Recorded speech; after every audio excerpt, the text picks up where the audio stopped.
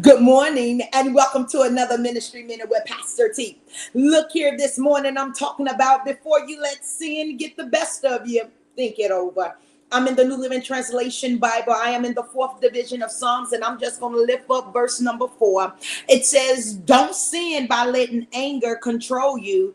Think about it overnight and remain silent. Amen. Here it is. David was letting the people know, look here, we sin by letting anger control us. And before we allow our anger to control us, sleep on it.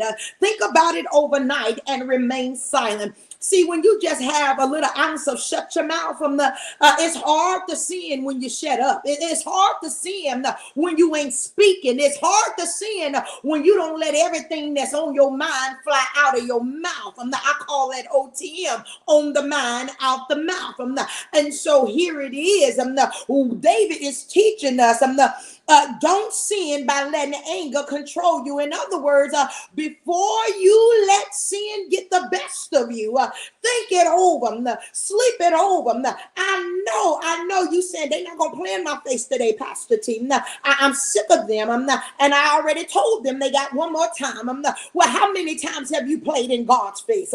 How many times have God been slow to anger with you? How many times did God give you another chance? See, some people, what we don't understand and what we forget all the time, we're not wrestling against flesh and blood, but against principalities, against wickedness in dark places. And so we got to understand it ain't the person, it's the spirit within that person.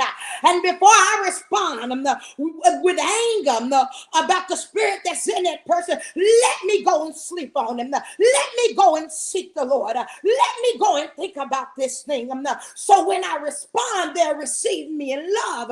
Because if I react, I'm going to sin. If I react, I'm going to let something fly out my mouth that I can't take back. I could say I'm sorry, but the words have already been spoken. And the last thing the person needs is another sorry person in their face. And so the Bible lets us know, don't sin by letting anger control you. Have you ever been with somebody that's naming the name of Christ and they always angry, they always mad, they always getting upset, they ain't got nothing good ever, they mad that they woke up, they mad they got the activity of their limbs, they just always angry. And now somebody then did something to them. That's like throwing gasoline draws on a fire. And here it is.